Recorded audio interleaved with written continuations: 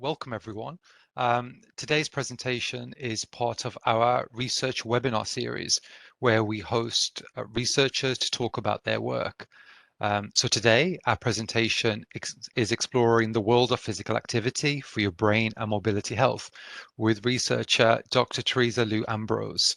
My name is Rakesh and I'm the Provincial Coordinator for Research here at Alzheimer's Society of BC.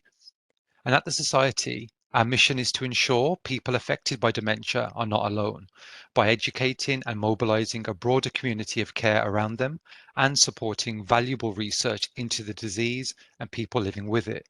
This includes making research more accessible and connecting research to more people. So in that spirit, we're happy to be hosting a local researcher, Dr. Teresa Liu-Ambrose.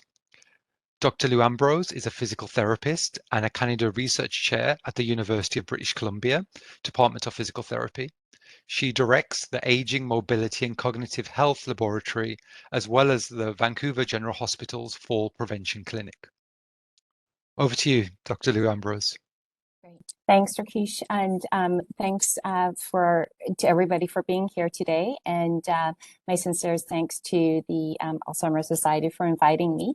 So for the next hour, what I'd like to talk about is the role of physical activity in terms of promoting our brain and mobility health. And essentially for the presentation, I'll start with a bit of brief background and then really kind of directly go into some of the research you've been doing at UBC and link it within the context of the global research enterprise. So the focus today is about healthy aging. And so I want to start by, kind of, defining what that means. So in terms of the world population, it's aging, and at the same time, we're all living longer. So the goal right now really is focusing on adding life to years, meaning that we live with quality. And healthy aging can be defined and is defined by the World Health Organization as the process of developing and maintaining the functional ability that enables all of us to have well-being in older age. And when it comes to functional ability, and that's really, doing the things that we want to do, there's two key contributors, and that's one's cognitive function as well as one's mobility. And that really is defined as, your capacity to move within your environment. So that does include your ability to walk, but also your ability to drive or take public transit. And when it comes to mobility and cognitive function, again, generally as we age, both capacities do tend to decrease or have the risk of declining. And we know from evidence that regular physical activity or exercise have benefits for both your mobility and cognitive function. And that's really the focus of today's chat. So moving forward, what I'll be doing is introducing you to the evidence for exercise in terms of promoting one's cognitive function or cognitive health, but also your mobility. So let's start with the cognitive health perspective. So in terms of cognitive aging, oops, my slides are not going on. In terms of cognitive aging, I think we generally recognize that as we age, there is a general reduction in one's cognitive abilities. And this is a graph that kind of demonstrates that, whereby on the vertical axis here, essentially is that we have someone's cognitive score, and let's assume higher scores indicate better performance. And on the horizontal line, we see age. And in this particular study, people were measured repeatedly throughout the years. And so you're basically following individuals as they age and how their cognitive performance is like as they age. And the red line that you see on the graph generally indicates what we typically assume that happens with aging, and that is our cognitive abilities generally do decline. However, we also know from research and from, I think, everyday observations is that each of us don't age the same way, and that there's a lot of variability. So as an example here, I've highlighted two individuals, one using the green circle and another individual in the red circle. And essentially, they're generally of the same age. So roughly, I would say around 78 years old. And the individual in the green circle essentially has performed quite well on testing as compared to the individual in the red circle who has performed quite poorly and in fact below average. And so within the context of healthy aging and healthy cognitive aging, a lot of the pursuit is about, what contributes to this variability that we see when we look at population data. And so what we do know is that once genetics does contribute to how we age, both cognitively as well as physically, we also do appreciate the role of the environment. And that really relates to one's level of education, social network, the diet they have, as well as the quality of their sleep, and of course, the degree by which they're physically active or engage in physical activity. We also recognize there's an interaction between one's genetics and environment in the sense that when it comes to genetics, rarely is it an absolute, but more kind of the degree of manifestation as a function of how one lives their lives. And so for today, I'm going to be focusing, of course, on the contributor of physical activity and exercise to the variability that we see in terms of cognitive aging.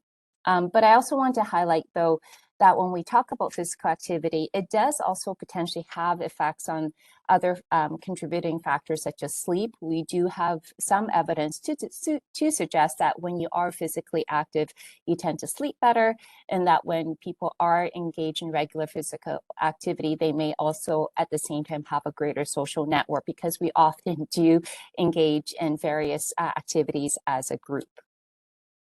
So what is the evidence when it comes to the role of physical activity for cognitive aging? Well, in general, it's a very positive one whereby experts do agree that exercise does help us typically to age well, and again, specifically within the context of cognitive health. And in fact, in 2016, the Global Council on Brain Health essentially assembled a group of experts to review the evidence on exercise and brain health and came out with a report that basically stated that the experts agreed that based on current evidence that brain health is positively impacted by physical activity, whereby if individuals engage in regular exercise, so this is like targeted exercise training, it could have benefits for both brain structure and brain function, while generally active lifestyle, so just general physical activity, is proven to reduce one's risk of cognitive decline with age. And just a few definitions here. First, when I refer to the term physical activity, I'm really referring to any bodily movement. So that requires extra energy expenditure. So that includes, gardening, housework, dusting, etc. While exercise refers to more of a structured and planned physical activity that is aimed to increase some physical fitness aspects. So that would be if you were biking and you're trying to increase your heart rate so you can improve your heart health, or you engage in weightlifting to increase your muscle strength. And how did the experts come about to making those recommendations that I just shared? Well, they basically looked at evidence from two main bodies of literature or research.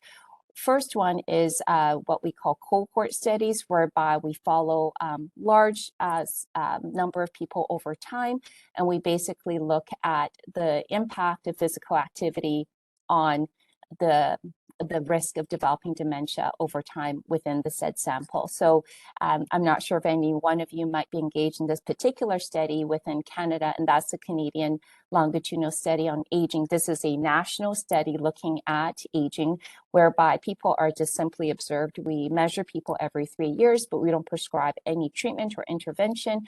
And essentially, we're looking at what are some of the predictors of health outcomes. And in this particular case, we're interested in the risk of dementia. And so the key aspect of cohort studies that we don't prescribe interventions, but we're following people over time.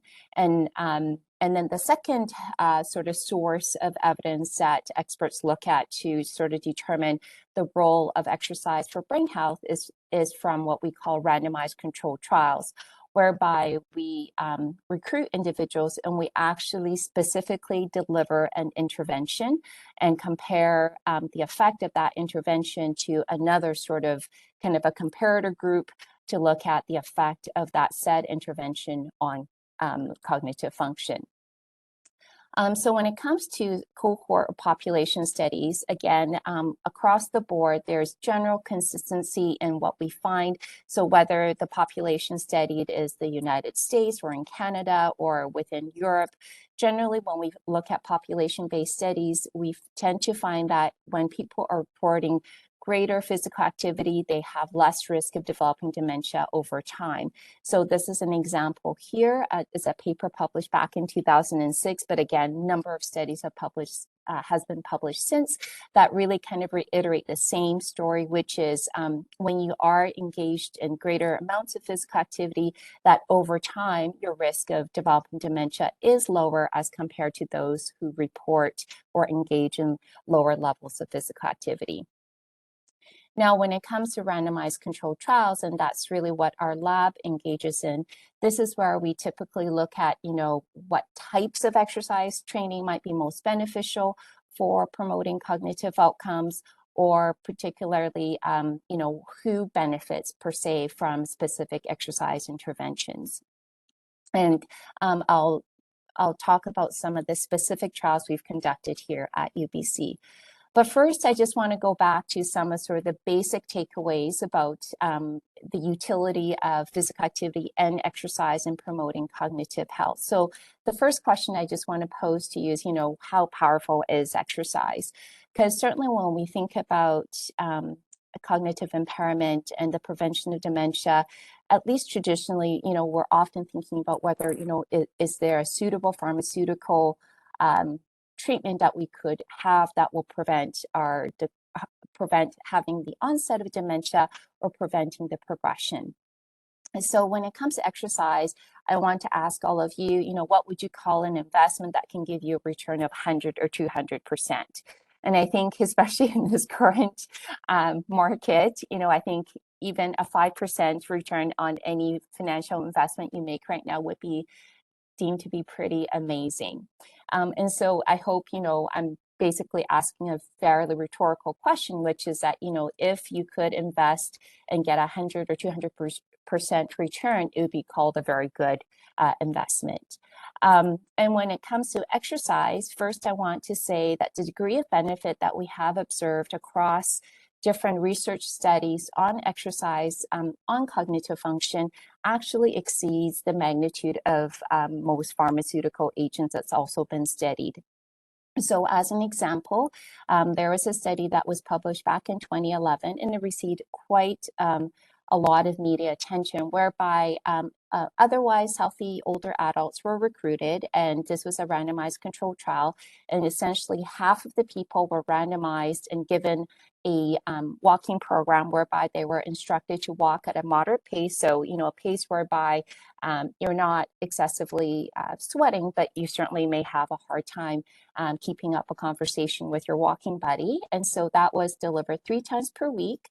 And each session was roughly 40 minutes of training. So a total of 120 minutes per week for 12 months. And what my colleague Kirk Erickson showed is that this particular program, as simple as it may sound, can actually improve your memory and reverse the age of your memory center in your brain by upwards of 2 years. And that really refers to the brain structure of the hippocampus. So if you took your finger right now and just kind of, put it in your ear, you're kind of lying over the hippocampus. And it's a structure that's really of great interest when we think about cognitive impairment and particularly Alzheimer's disease, because it is the structure that really allows us to form memories, retrieve information, and to learn.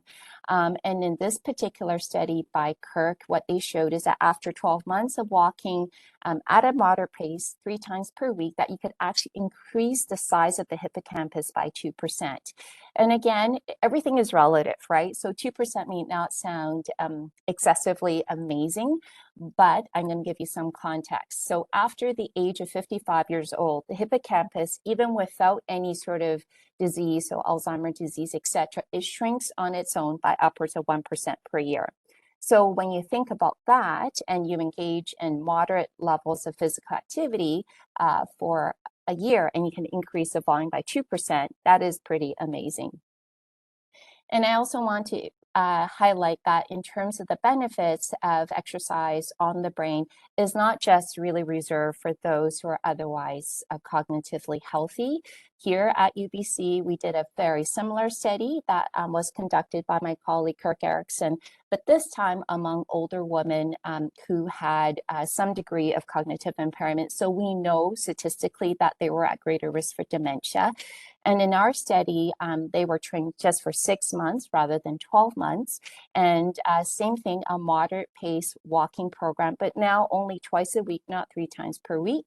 And after 6 months, we actually saw a 4% increase in their hippocampal volume, along with improved memory as well.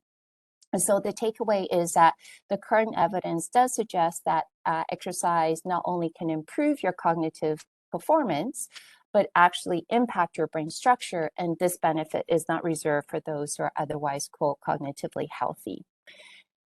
I also want to highlight that when we talk about exercise, and I talk thus far solely about walking, it's not just about walking, and it's not just about blood flow. So very often when I do engage in conversations about how exercise is good for the brain, I think many of us right away think about, well, it's good for the brain because it increases the blood flow, and that is always a good thing, right? Because your brain is highly metabolic, meaning it does need a lot of nutrients, and it receives its nutrients through blood flow.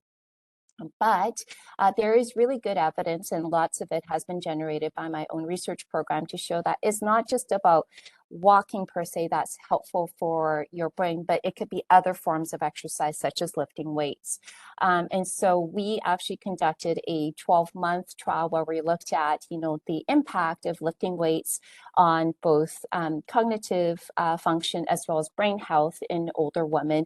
And again, very similar to results that you find in trials of walking, is that lifting weights or resistance training has benefits for cognitive abilities, including your attention, your ability to resolve conflict, and for your memory as well.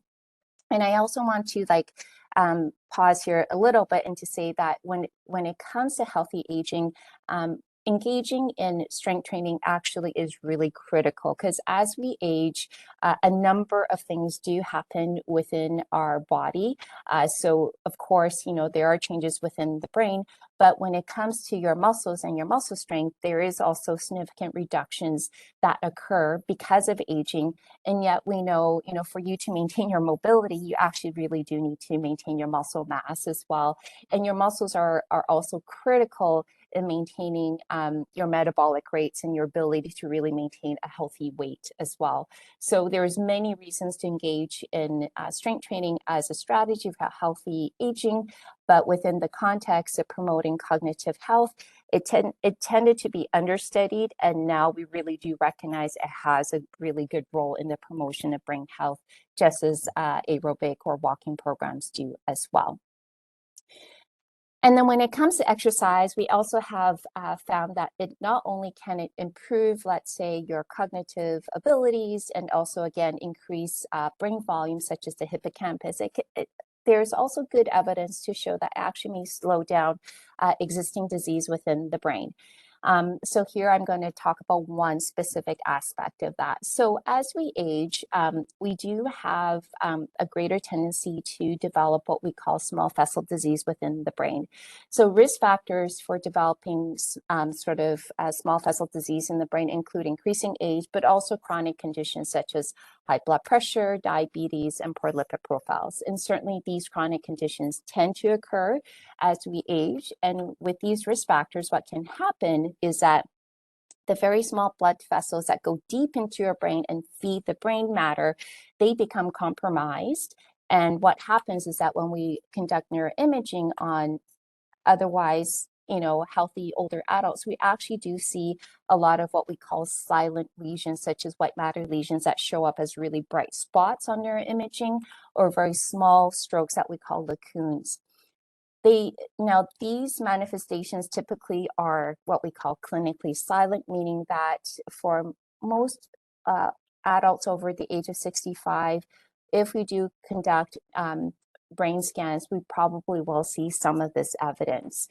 And what's really kind of critically important about small vessel disease is that we now know that even though they're clinically silent at the initiation or at the start of its formation within the brain, it does contribute to one's risk of developing Alzheimer's disease as well as vascular cognitive impairment.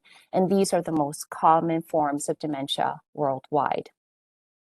And yet, when you look at the risk factors for small vessel disease, so aside from age, and we focus on high blood pressure, diabetes, and poor lipid profiles, in many ways, small vessel disease is the most preventable cause of cognitive dysfunction as well. And moreover, we know that when it comes to things such as high blood pressure and diabetes, it's highly responsive and modifiable by exercise.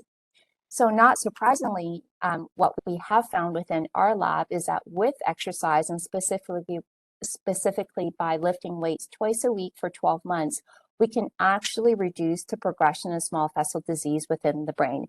So in this particular study, what we did is basically scan people's brains at the beginning of the exercise trial and rescan them at the end of the trial. And what we found is compared to another group that did not receive the program of lifting weights,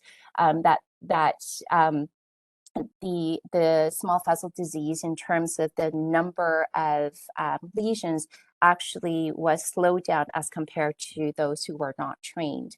And this actually is really critical because, again, believe it or not, there's been a number of drug trials looking at the same thing, which is, if we gave people medication to control their high blood pressure or to control their diabetes and control their lipids, could we impact on the progression of small vessel disease? And for most of those trials, they actually couldn't see any benefit.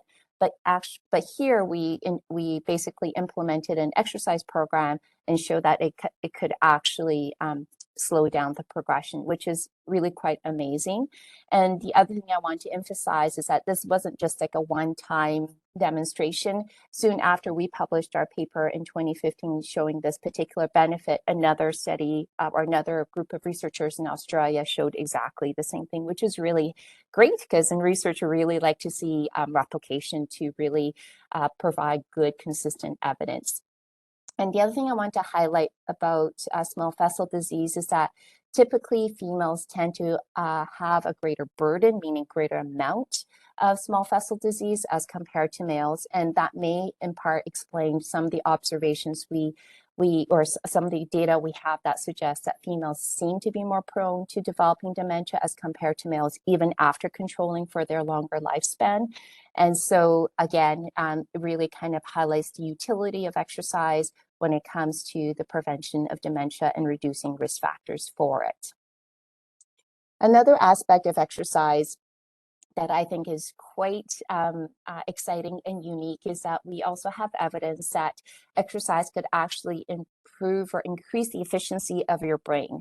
So as an example, at least for myself, I know right now when I have to learn a new task or learn a new area, so let's say I'm trying to write a new grant and I'm trying to really understand this new field of research that I want to get to.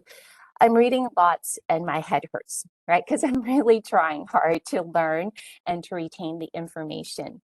And if you scan my brain, you probably would see that as I'm learning, lots of areas of my brain is activating. And typically what we see is that over time, as I master the area and I understand the literature much more, if you scan my brain again, there's probably going to be less activation of my brain because basically I don't have to try as hard, and yet I can grasp the information that I need much faster. So that's what we call bioefficiency. And typically what we understand is that people with small vessel disease, they actually do have to recruit lots more of their brain regions to allow them to perform well on a cognitive task.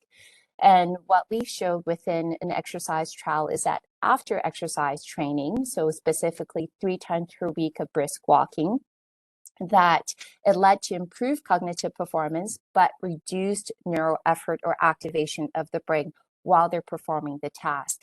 So again, indicating that exercise is not only beneficial for the actual performance of the person, but have significant impact on both brain structure and brain function.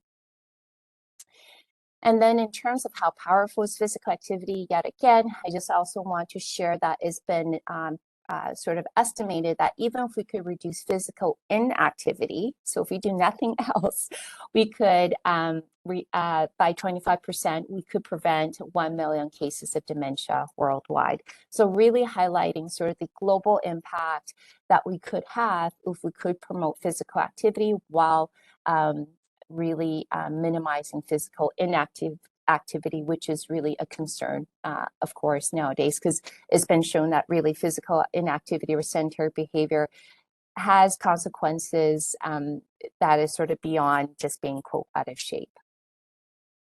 So then it comes to the question of how does exercise benefit the brain? Well, to start off with, I want to say that the brain is the best customer of your heart and lung. So it's all of 3 pounds, but it actually consumes 20% of your entire body's blood, or it requires 20% of your blood output as well as oxygen uptake. So thus, it's really, you know, quite, I guess, commonsensical to appreciate that a physically healthy body provides a basis for a healthy brain, because with a healthy heart, you're pumping the blood supply that's required to the brain, healthy lungs providing the necessary oxygen, etc. But when you're physically active, you also reduce key risk factors for cognitive decline, such as chronic conditions such as high blood pressure and diabetes, which again I've highlighted as key risk factors for developing small vessel disease within the brain.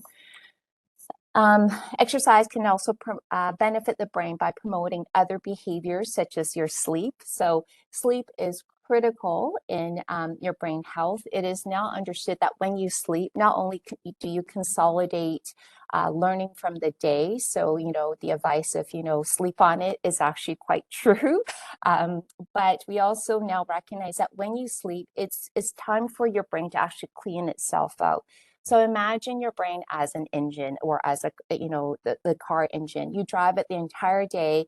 It's there's a lot of sort of dirt or byproducts that basically get produced as a result of you using your brain. And during sleep, that's when it kind of able to clear it out and really kind of clean it out and kind of resets the brain in many ways. And so hence nowadays, sleep is really coming up as a forefront as well in terms of how we can best promote cognitive health with age. And it's particularly important, I think, within the context of aging, because we also do know that as we age, sleep seems to be disrupted. I think there's components that occur within the brain that we tend to shorten our sleep cycle, or it becomes more fragmented. So you know, preserving sleep with age is actually now being viewed as quite critical. Exercise also tends to generally promote mental well-being by promoting, you know, the sense of positive mood and mitigating risk factors or feelings of depression, which have been shown to be, again, to negatively impact one's cognitive health over time. The last point I want to share is that we also do very much assume that when we exercise, one of the ways by which exercise promotes brain health is by increasing growth factors, or I'll just call them in layman's term as brain vitamins. But it's really quite a fascinating mechanism whereby it's been shown in animal models that when you exercise, what literally happens within the brain is that these neurotrophic factors, so there's 2 main types, IGF-1, which is, stands for insulin growth factor, and BDNF, which is the brain-derived neurotrophic factor, that they basically get released and uptake by the neurons in the brain. And basically these neurotrophic factors promote actual neuronal growth, neuronal survival, and differentiation. And what's really also quite interesting is that it appears that, you know, the type of exercise training may influence which growth factors is increased within the brain. So it's hypothesized right now that with resistance training, there's a preference for increasing the IGF-1 growth factor, while with aerobic training, it seems to increase the BDNF growth factor. But regardless of the pathway, they all converge to improve cognition and brain outcomes. And then when it comes to, is it ever too late? I would say the evidence does suggest that starting late is not futile. So there's been good population studies to look at, what happens if people were reporting, higher levels of physical activity in early life, midlife versus late life. And in general, there is a notion that the earlier the start, the greater the protection. But certainly the evidence also shows that even if you do start in late life, there are benefits then as compared to not starting at all. And one really neat study that also was, again, conducted by Kirk Erickson was that he showed that even if you could just walk 1 kilometer per day, not only can that maintain your brain volume over a 9-year period, so this was an observational study, it wasn't intervention at all, but just more really asking people how much they walked every day and then follow people for over 9 years. What he showed is that by walking 1 kilometers per day, you would maintain your brain volume and also reduce your risk of cognitive impairment. And so I want to highlight, what does 1 kilometer per day really mean? So within the city of Vancouver, that's roughly 10 city blocks. Or if you go to any sort of standard track that's at a high school or the Richmond Oval, etc., is 2.5 times around that. So in many ways, a fairly manageable dose of activity. And often I hear about, I don't have the time. And so, for an otherwise healthy older adult, I made some assumptions as to how quickly they could walk. That would translate to a 13-minute walk. So again, really just highlighting that when we're talking about the dose that potentially is beneficial, it's fairly doable for the majority, both from a time perspective and from a physical capacity perspective. And my takeaway is that really training for the Boston Marathon is not necessary at all. And that really perhaps a challenge that we should pose to ourselves is that, we should just really try to limit our sedentary behavior, such as sitting and lying down, to just 23.5 hours per day, right? So again, I myself often always, kind of get caught into that notion of I don't have time.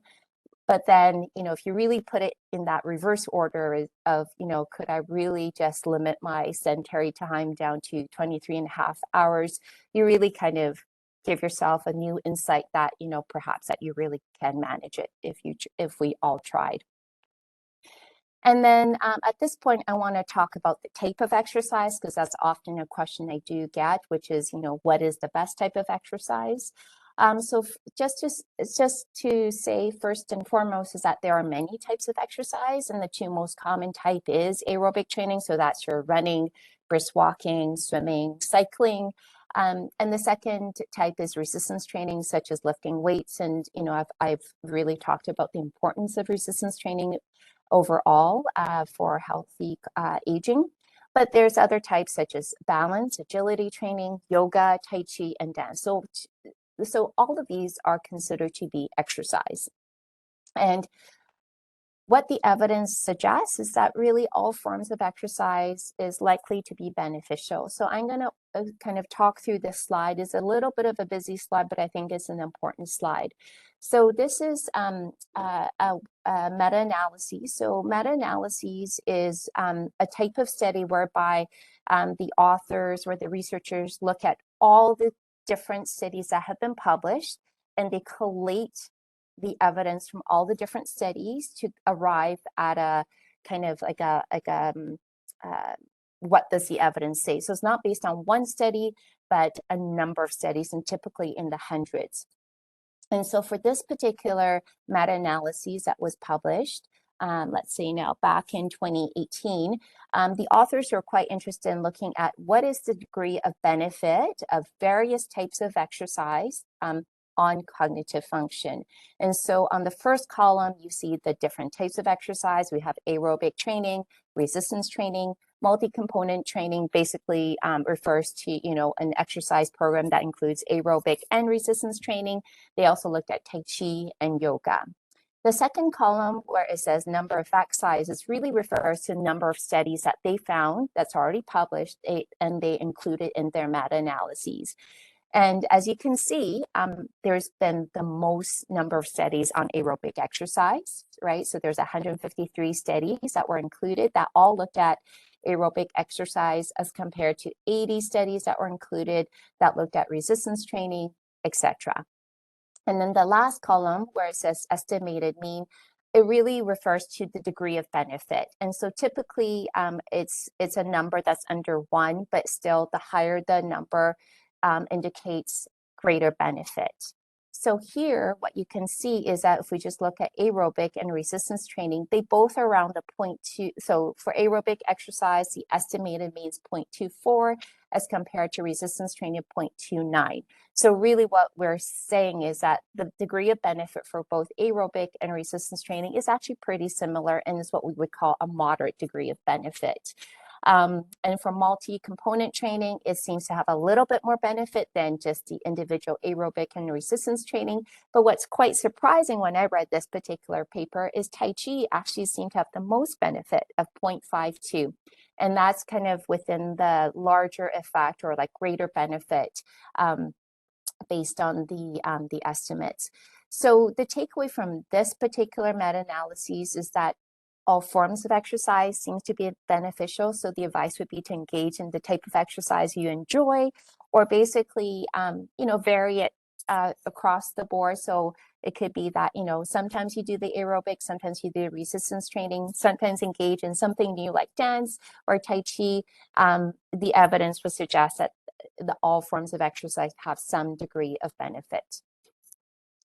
I also want to share that there's been sufficient evidence for exercise to actually be included in practice guidelines for the treatment of people with mild cognitive impairment. So this was actually published back in 2020, I believe, by the American Academy of Neurology. And I have to admit, when it first was published, I was honestly ecstatic, because when it comes to treatments of individuals with cognitive impairment, typically or traditionally and historically, it's always been focused on some type of pharmaceutical agent. And in this particular update, they actually recommended exercise to be incorporated within the treatment of mild cognitive impairment. So to me, that was very exciting. And I think it's, really kind of indicates the shift in the mindset and direction of how we approach cognitive impairment in older adults. I also want to highlight that we, as a group here at UBC, recently also conducted meta-analyses to look at the effect of exercise training on cognition in individuals with dementia. Because again, there's always a bit of that notion that once people have dementia, perhaps lifestyle strategies are no longer beneficial. And I just want to share that within our meta-analyses, we actually did find that exercise is still beneficial for cognitive function for older adults living with all causes of dementia, independent of cognitive domain. So it wasn't just beneficial for memory or just beneficial for attention. It seemed to be beneficial overall for all aspects of cognition. And more importantly, it did not matter what type of dementia the individuals had. And then before I segue to looking at physical activity for mobility, I just want to end with this Lancet commission that was published back in 2020, whereby they essentially highlight that 35% of sort of all dementia could be modified. And what they really highlight is that across a lifespan, there is a number of risk factors that we can target, all modifiable. And I just want to highlight in midlife, we have hearing loss, so sensory abilities is coming up as important contributors to one's risk of developing cognitive impairment. But I also want to highlight in midlife, high blood pressure and obesity are deemed to be key risk factors. And again, we do know that both are very responsive and modifiable by exercise. And then in late life, risk factors include smoking, depression, physical inactivity, social isolation, and diabetes. And again, I also want to highlight that when it comes to physical inactivity or the converse, which is physical activity, when someone is physically active, we do know that there's positive impacts on mood, such as depression, as well as one's risk for developing diabetes, for the progression of diabetes, and that when people are physically active, their social network tends to be enriched as well, because we typically do engage in activity as not as an individual usually. So now for the rest of the time, I'm going to talk a little bit more about the role of exercise for one's mobility. So it's a bit of a shift, but I think an important one. So for older adults, falls in itself are also key considerations for healthy aging. So falls are the cause of 95% of all hip fractures and 2/3 of all traumatic brain injuries, so including concussions. And I want to highlight that, you know, traumatic brain injuries in older adults, including mild ones such as concussions, are significant risk factors for developing cognitive impairment and dementia. And when it comes to falls, even though we tend to call them accidental falls, they're not really accidents in the sense that for the majority of falls, we know why they occur. So a number of key risk factors include reduced physical function, such as weak muscles, as well as poor balance, but also reduced cognitive function. So even mild changes in cognitive function can increase one's risk for falls. And certainly we do know that people living with dementia, they actually are twice as likely as those without dementia to fall and sustain injuries. And when it comes to falls prevention, not surprisingly, exercise is an evidence-based approach. And certainly we know that exercise has benefits for physical function, which again is a key risk factor for falls. And I just already highlighted the benefits of exercise on cognition and brain, which again also contributes to one's risk for falls. So I'm just going to briefly talk about one study we conducted here at UBC, looking at the impact of a home-based exercise program among older adults aged 70 years and older, who essentially presented themselves to a healthcare provider because of a fall. And I also want to highlight basically the majority of them had some degree of cognitive impairment. For this particular study, we included 344 older adults, and they were randomized either to receive usual care or to a home-based exercise program called the Otago Exercise Program. And the usual care was actually fabulous care. They received a falls risk assessment by a geriatrician, and the geriatrician essentially delivered comprehensive falls prevention care. And then for those who were randomized to the Otago Exercise Program, they also received usual care, but also received a home-based strength and balance retraining program delivered by a physical therapist. And so over the 12-month period, they received 5 home visits from the physical therapist, whereby they were given balance and strength training exercises. And throughout the home visits, they were progressed in terms of difficulty, etc. And just to highlight some of the results. So first I want to just flag that that for these participants, on average, they experienced 3 falls prior to study entry and also sustained a number of fall-related fractures. So really highlighting sort of the impaired mobility that these participants presented with. And I also want to highlight, if you look at their sort of cognitive scores, namely the Montreal Cognitive Assessment, which is out of 30 points with 26 as a cutoff for mild cognitive impairment, that again, on average, these participants had some degree of cognitive impairment and also were at risk for developing physical disability.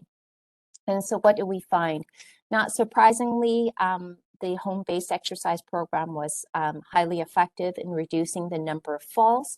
So here on the right side on findings, what you see is under usual care, there were 2.1 falls that occurred per person per year, as compared to 1.4 falls that occurred per person per year for the exercise program. So overall, we saw that the home-based exercise program reduced falls by 36%, But what's also very interesting, actually, is that the home-based exercise program also improved cognition, specifically processing speed.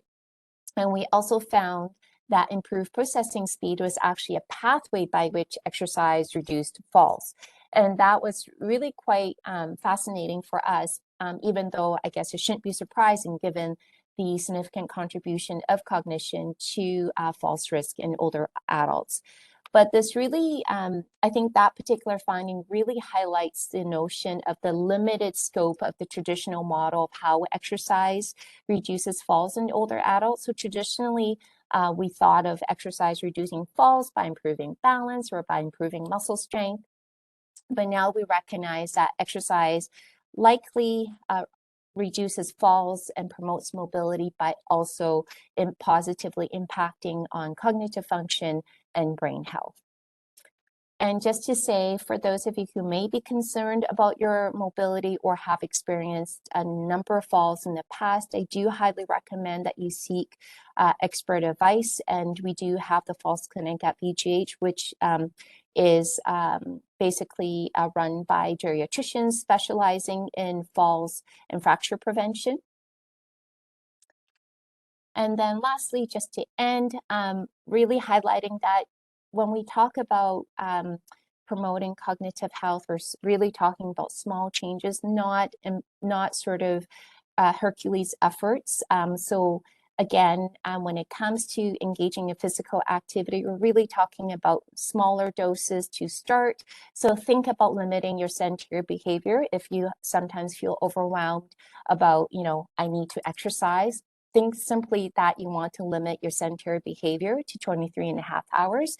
And hopefully that change in sort of perspective will motivate you to be more physically active. And that, again, bouts of activity throughout the day is just as beneficial as one, quote, intense exercise session. So this is very similar to the cancer protection model, whereby here we have a number sort of individuals with varying degrees of activity that's sprinkled throughout the day. And so the very top, Joe, we have somebody who essentially have bouts of activity throughout the day. And that's really sort of what we're looking for when we're thinking about promoting health overall, including cognitive health, is that, we're limiting sedentary behavior and we're basically limiting it by kind of sprinkling bouts of activity throughout the day versus the last individual at the very bottom, which is that long bouts of sedentary behavior with minimal bouts of physical activity embedded. There is good evidence that's emerging that even little bouts of activity of roughly 5 to 10 minutes can have significant impact on your physical health, and again, likely for your cognitive health as well. So really, just reiterating, it's not about long sessions in the gym, but bouts of activity throughout the day. And then lastly, just to highlight this really amazing study that was published in Lancet that really showed that lifestyle behaviors can have significant impact on one's dementia risk. So this was called the Finger trial, whereby they had an intervention on modifying diet, so eating largely more of a Mediterranean diet, exercise, cognitive training, and vascular risk monitoring. And what they found is that by basically targeting all the various aspects of lifestyle behaviors, that you could prevent cognitive decline over a 2-year period in at-risk individuals. So really, again, the little goodness that you can embed every day can add up and really offer lots of protection over time. Other than that, I think it's about my time as well. I just want to thank you for your attention and really welcome to answer any questions that you may have. And then before the Q&A, just also to say that our research program is looking for participants. We have a number of exercise trials currently recruiting that is either 3 or 6 months. So if you are interested, please feel free to contact me. Thank you. Thank you very much for that. A very insightful and comprehensive presentation there. So now we'll go over to the Q&A part of the seminar. And just to reiterate, please feel free just to type out your questions in the chat box and we can get to them. So one question we did have was about the benefits of aquafit.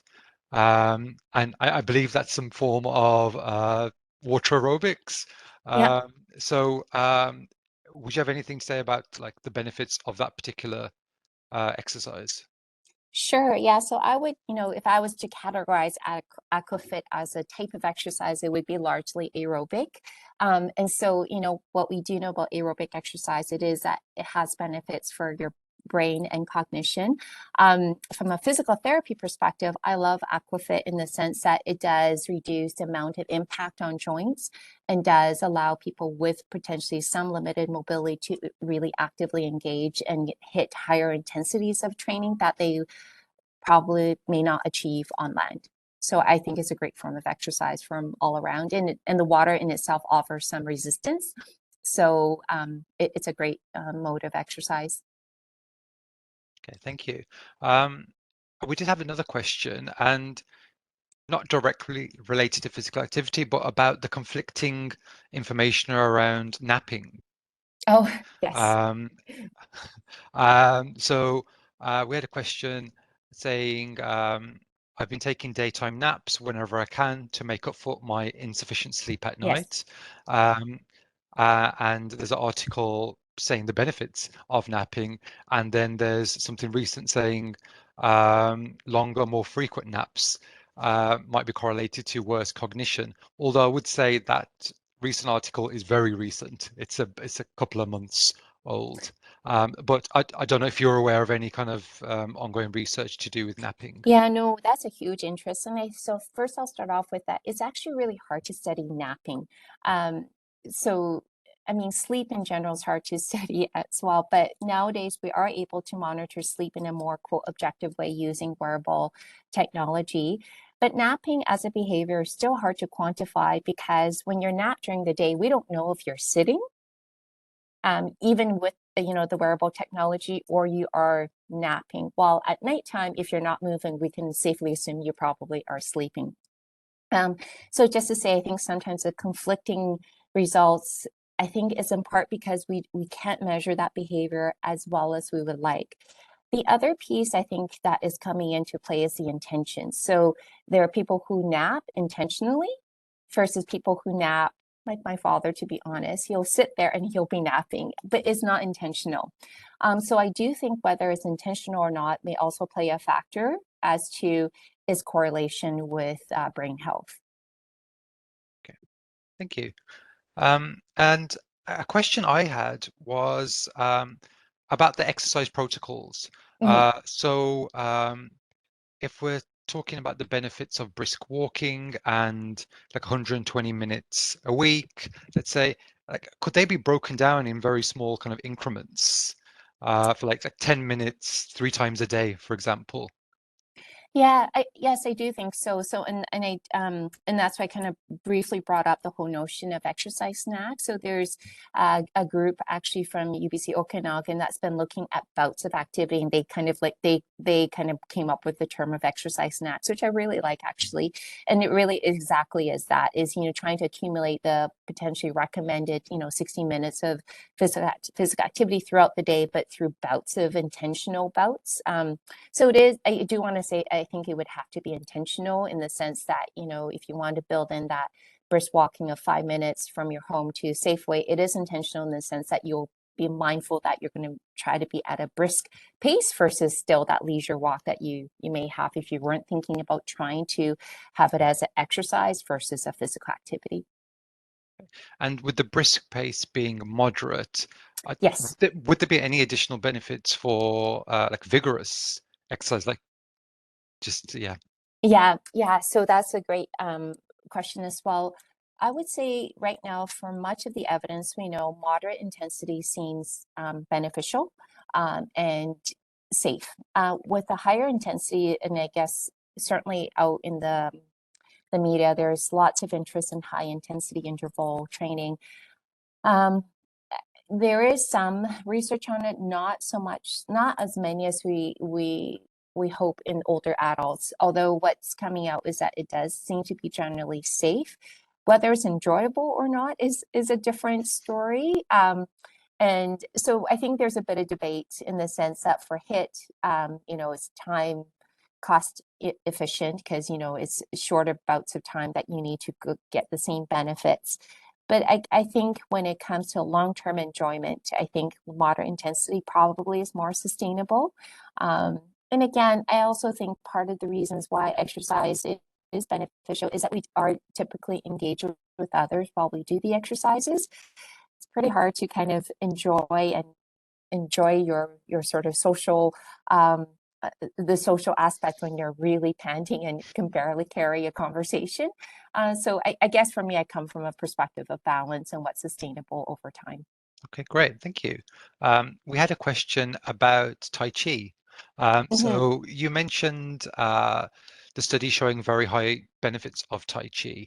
Yeah. Do you know if there are any further studies going on to show if it really is better than other forms of exercise? Yes, I do know there is a study out in the States actually done by my colleagues looking at that. And the hypotheses as to why Tai Chi might be quote, more beneficial is that it is more mindful and there's potentially more learning involved. So when it comes to, and I do think with other forms such as weightlifting or resistance training, there is some degree of learning that's happening as well as compared to, let's say, going for a brisk walk, although brisk walk is highly accessible. So I think there's, different factors at play and really is sort of what is uniquely appropriate for the individual. But when it comes to Tai Chi, there is a notion that because you're being very mindful, you're learning new forms, that there is a cognitive load as well as the physical load that's occurring at the same time. And so there is a lots of interest in looking at that aspect, like cognitively loading exercises. So dance, as an example, would be another form of quote cognitively loading exercise where you are exercising, but you're learning and kind of monitoring at all times. Okay, thanks. And someone asked about home-based programs and Yes. how would you get involved if you live in like a rural area? Yeah, no, I'm always happy to chat about that. So for home-based exercise program, particularly for things such as you know, uh, strength training, there's actually a number of easy ways. So to start, when we ourselves deliver home-based exercise program, even like just doing sit to stand repeatedly is actually a strength exercise. And we progress it typically using free weights. But even if people could not access free weights or ankle weights, there are ways about that. So soup cans are great, empty milk jugs filled with water, and you could do that for bicep curls, tricep lifts. A backpack with some cans or textbooks in it increases your body weight. And if you do sit to stands for that, you actually get a really good leg workout. So there definitely are creative ways that could be done. And yeah, I guess I'm happy to offer some, I guess, advice or examples if people are interested. But we do talk about that and develop protocols for that quite a bit, in the sense that I think a lot can be done at home. Okay, fantastic. Um, So I see we're coming to the end of our allotted time. So I'd just like to thank Dr. Liu-Ambrose for sharing this research with us. And I'd like to thank everyone for attending this webinar. Thank you all. I hope you all have a wonderful rest of your day. I'm going to head out for a walk.